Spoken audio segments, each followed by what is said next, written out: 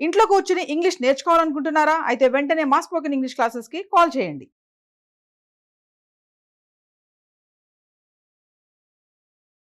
నమస్తే రమగారు. నమస్తే జయ.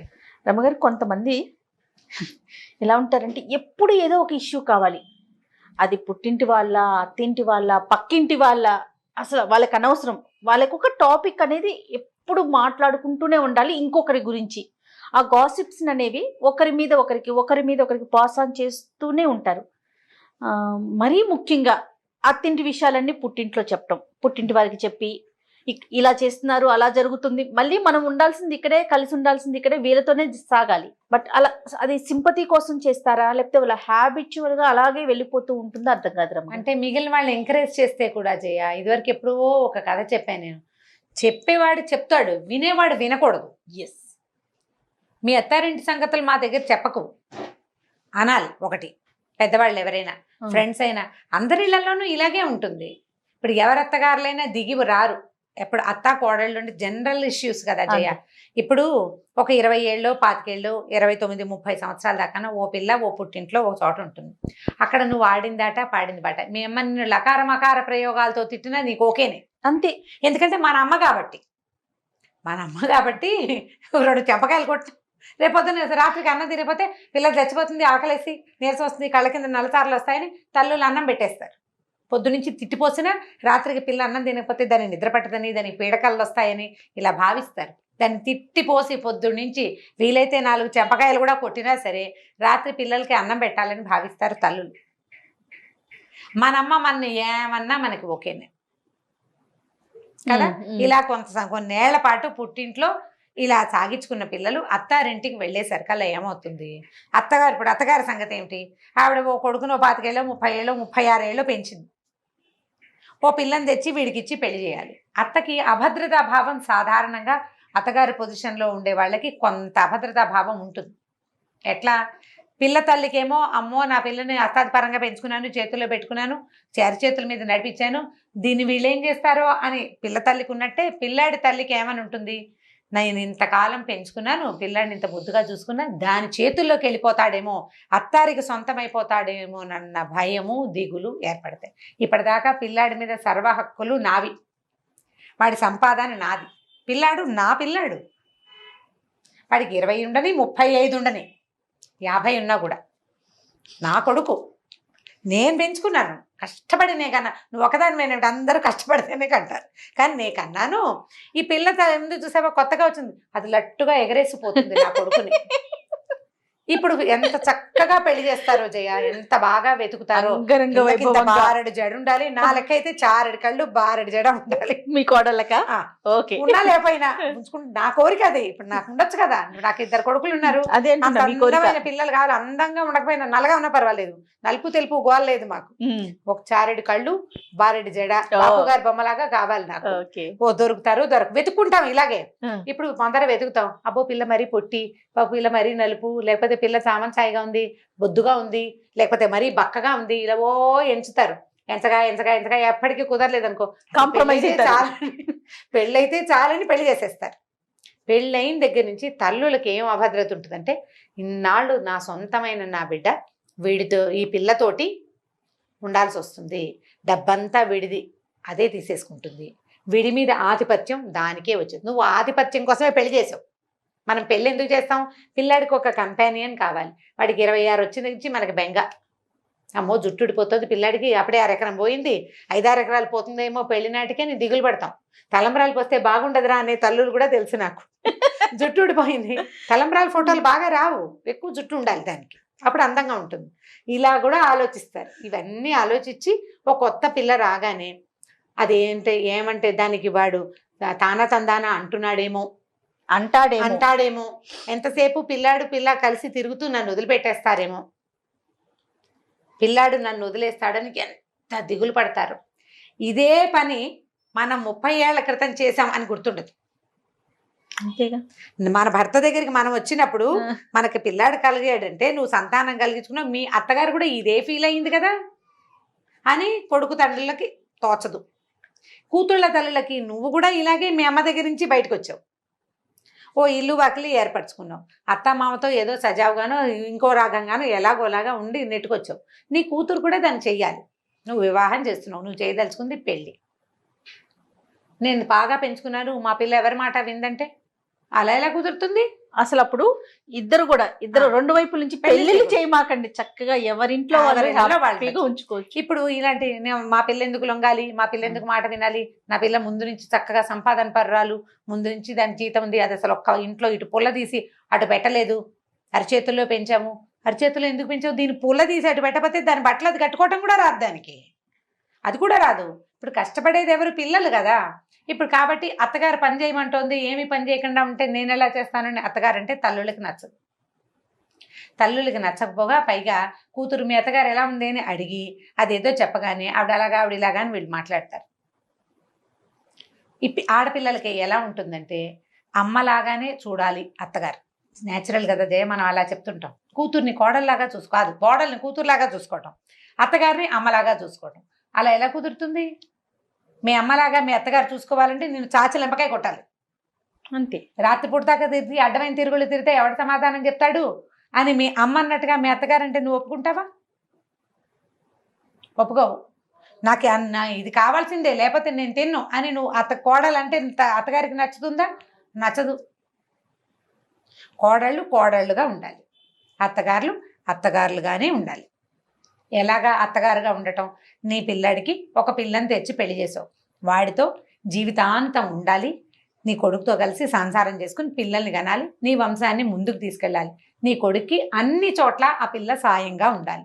అది ఆలోచించుకుని, జాతకాలు చూసుకుని, కంపాటబిలిటీ ఆలోచించుకుని, పిల్లాడు మాట్లాడుకుని, నువ్వు కూడా కట్టం గిట్నం వ్యవహారం మాట్లాడుకుని, వాళ్ళకి ఆస్తుంది, ఇద్దరే అమ్మాయిలు ఉన్నారు, చెరిసగం వస్తుంది, మా వాడికి ఇంత వస్తుందని లెక్కేసుకుని చేసుకుంటారు పెళ్ళిళ్ళు కదా. అప్పుడు నువ్వు ఏం చేయాలి? వాళ్ళిద్దరికీ కంపాటబిలిటీ ఉండేందుకు నువ్వు ప్రయత్నం చేయాలి. వదిలేయండి వాళ్ళని. అంతేగాని వాళ్ళ ఇంట్లో పుట్టింట్లో పనులు నేర్పలేదు. నీ కూతురుంటే నువ్వు నేర్పవు. ఈ రోజులు ఎవరూ నేర్పటం లేదు. వాళ్ళు చావు వాళ్ళు చేస్తారు. ఇప్పుడు పెళ్లి చేస్తారా? అమెరికా వెళ్తే అన్నం వండటం కూడా రాని ఆడపిల్లలు బోల్డ్ మంది వెళ్తారు జయ. ఎలాగోలాగా తంటాలు పడి నేర్చుకుంటారు. ఆవిడ గిన్నెలు దొంగుకుంటారు, వంటలు చేసుకుంటారు, బాత్రూములు కడుక్కుంటారు, కొంపగోడు శుభ్రం చేసుకోవాలి, వాళ్ళే చేయాలి, నేర్చుకుంటారు. అంతే. జీవితంతో పాటు నీకు నచ్చేలాగా నీకు వచ్చినట్టుగా వాళ్ళకి రాదు. నీ పరిస్థితి వేరు, వాళ్ళ పరిస్థితి వేరు. జీవితంతో రాజీపడి మెల్లిగా నేర్చుకుంటారు. అవకాశం ఇవ్వాలి వాళ్ళకి, అవకాశం ఇవ్వాలి. నీ దగ్గర పెట్టుకుని ఫలానా మా మేనగోడలు అయితే బ్రహ్మాండంగా వంట చేస్తుంది, దాన్ని చేసుకుంటే బాగుంటుంది, దీనికి వంట రాదు. మేనగోడలు నెల తిరిగేసరికి ₹1,00,000 సంపాదన తేదు కదా. కంపారిజన్స్ చేసుకోకూడదు. తల్లులు కొంత తగ్గాలి. ఇప్పుడు ఇక్కడ పిల్లలు ఎలా తగ్గాలో చూద్దాం. మీ అమ్మ తిట్టింది, నేను ఎవరికి తెలియదు, నువ్వు చెప్పవు. మా అమ్మ ఒప్పుకోదు అని చెప్తావు అంతే నైస్గా. మా అమ్మ నన్ను చెప్పకాయ కొట్టింది అని చెప్తావా? చెప్పవు. మా అమ్మ నన్ను కొట్టింది, మా అమ్మ నన్ను తిట్టింది, అన్నం పెట్టను, నీకు రూపాయి ఇవ్వను, దీపావళి పండగకి గిఫ్ట్ లేవు, బొఫ్ట్ లేవు, మానేసి నోరు మూసి కూర్చో, ఉద్యోగం మానే, కాళ్ళు ఎరగొట్టేస్తా అంది. అది కూడా నువ్వు చెప్పవు. అమ్మో మా మమ్మీ ఒప్పుకోదు అని చెప్తావు. అదే మీ అత్తగారి దేనికంటే ఏమ్మా ఏం నేర్చుకోలేదంటే మా అత్తగారు నన్ను ఇలా అందని ఊరు వాడా ప్రచారం చేస్తావు, ఇరుగు పొరుగు అందరికీ చెప్తావు. మా అత్త అలా అంది, మా అత్త ఇలా అంది, మాది చెప్తావు. నువ్వు మీ అమ్మ గురించి చెప్పలేదు కదా. అమ్మకి ఏమైనా రహస్యాలు ఉంటాయి, అమ్మకి పుట్టింట్లో డీలింగ్స్, అమ్మకి నాన్నతోటి పడదు, వాళ్ళిద్దరు తెక్కొట్టుకుంటారు, అవి కూడా ఏ కూతురు ఎవరికి చెప్పదు, ఏ కూతురు చెప్పదు. అత్తగారి రహస్యాలు మాత్రం అందరికీ ఎందుకు చెప్తావు నువ్వు? పైగా పుట్టిల్లు వదిలిపెట్టేస్తాం, మన పద్ధతి అదే కదా. అంతే. ఓ 25 ఏళ్ళకో 30 ఏళ్ళకో పుట్టిల్లు వదిలేస్తే అక్కడి నుంచి ఎలా వదిలేస్తాం? అక్కడి నుంచి ఏమైనా ముద్దు ముచ్చట్లు జరుగుతాయి.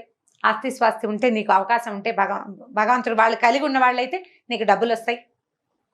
ఏదైనా కష్టం నిష్ఠూరం అప్పుడు నువ్వు వెళ్ళి చూసుకుని చేస్తావు, మంచి చెడుకి ఉంటాం అంతే. ఇప్పుడు భర్త దగ్గర అయితే, అత్తారింటికి వస్తే వీళ్ళ ఆస్తి స్వాస్తి మీద పూర్తి హక్కు ఎవరిది? నీది. అంతేగా. వీళ్ళ తాలూకు బాధ్యత ఎవరిది? నీది. నువ్వు చూడాల్సిందే వాళ్ళని. ఇప్పుడు నువ్వు బాగా ఉండాల్సింది ఎవరితో? అత్తారింటితోటే. వీళ్ళకి మా అత్తగారు మంచిది కాదు, మా ఆడపడుచుకు బుద్ధి లేదు, మా మామగారు ఒకటి మఫు, ఆయన మా ఎవరితోటి మాట్లాడు,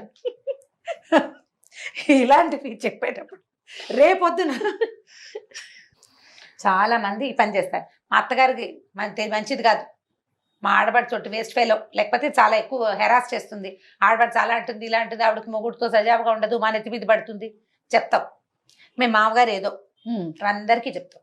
నువ్వు తప్పించుకోలేనిది ఏమిటో తెలుసా? ప్రతి ఆడపిల్ల వీళ్ళ ముగ్గురి పోలికలు నీ పిల్లలకి వచ్చి తీరతాయి. పిల్లల్ని నువ్వు పెంచుతావు, వాళ్ళల్లో పోలికల్ని నువ్వేం చేయలేవు. జీన్స్ అంతే కదా. వాటిని మార్చడం నీ వల్ల కాదు. నువ్వు రేపు ఉండాల్సింది ఎక్కడా? నువ్వు దేన్నైతే తిట్టి నలుగురికి చెప్పి నానా మాటలు మాట్లాడతావో వాళ్ళ ఆస్తే నీ పిల్లలకి వస్తుంది. ఆస్తితో పాటు వాళ్ళవే జీన్స్ నీ పిల్లలకి వచ్చి తీరుతాయి. ఇదేదో పెద్ద ప్రాబ్లం అనుకో, వాళ్ళని వదిలేస్తావనుకో, నువ్వు పోని వీళ్ళని వదిలేసుకుంటావు, వాళ్ళతో ఉండవు, నువ్వు వెళ్ళిపోతావు. పోనీ నువ్వు బయట పెడతావు, వీళ్ళు ఇలా చేశారు ఇలా చేశారు, పెద్ద సమస్య అయినప్పుడు తప్పకుండా బయట పెట్టాలి. ఇప్పుడు అవకాశం ఇచ్చారు మనకి, చట్టంలో చాలా అవకాశాలు ఉన్నాయి. నువ్వు చిన్న చిన్న పెట్టి థింగ్స్ ప్రతిదాన్ని నువ్వు ప్రచారం చేస్తే, అది నువ్వు దేని గురించి ప్రచారం చేసావు? నీ చీర మాసిందని నువ్వు చెప్తున్నావు, అంతే కదా. ఇప్పుడు నువ్వు ఉండాల్సింది అందులో, నీ భర్త అందులో వాడు, నీ పిల్లలు ఆ తానులో ముక్కలు, అంతే. దాన్ని నువ్వు తప్పించలేవు. మీ తమ్ముడు పోలికి రాదు, నీ కొడుక్కి కొంచెం వస్తుంది, కొద్దిగా వస్తుంది. మీ తమ్ముడి ఇంటి పేరు రాదు, మన అమ్మ నాన్నల ఇంటి పేరు మన పిల్లలకి రాదు. నువ్వు కావాలంటే మీ నాన్న ఇంటి పేరే ఉంచుకోవచ్చు, నీ పిల్లలు అవకాశం వీళ్ళ ఇంటి పేరే పెట్టాలి. ఇప్పుడు మనమే కాదు, హిందీ వాళ్ళైనా అంతే, తండ్రి ఇంటి పేరే వస్తుంది. అది తప్పదు కదా.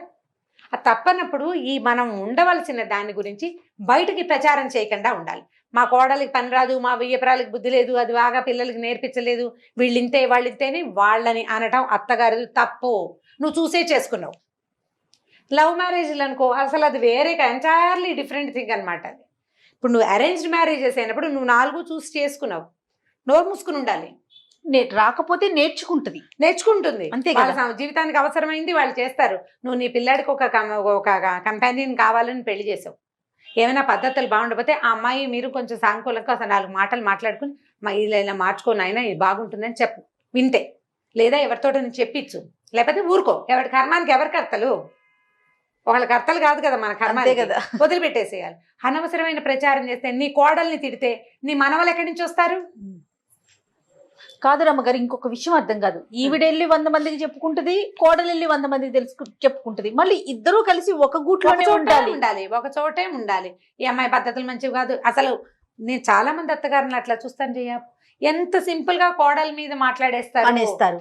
ఎంత అసలు నోటికొచ్చిన చెడ్డ మాటలు, లకార మకార ప్రయోగాలే చీదరగా. వీళ్ళతో ఇట్లా మాట్లాడకూడదన్న ఇంగితం కూడా ఉండదు, ఓపెన్ గా అనేస్తారు. ఆ అమ్మాయిని నీ కొడుకు జీవితంలో ఉంటుంది. ఆ అమ్మాయి వల్ల కలిగిన సంతానమే, అమ్మాయి వల్ల కలిగిన సంతానమే నీ పిల్లలతో నీ పేరుని ముందుకు తీసుకెళ్తాయి, నీ కుటుంబాన్ని ముందుకు తీసుకెళ్తుంది, నీ ఆస్తికి వాళ్లే వారసులు అవుతారు. వీళ్ళు ఎలా ఉండాలంటే, వీళ్ళని కూతుళ్ళని ఎంకరేజ్ చేయకూడదు, తల్లుల్ని కోడళ్ళని తిట్టడానికి. నువ్వు ఇంకో చోటి కోడలుగా వెళ్తావు, నువ్వు ఇంకొక ఇంటి కోడలివి, నువ్వు సరిగా ఉండాలి, మీ అమ్మని సరిగా ఉండివ్వాలి. ఈ కూతుళ్ళేమో తల్లుళ్ళకి చెప్పకూడదు, తల్లులు కూతుళ్ళని ఎంకరేజ్ చేయకూడదు.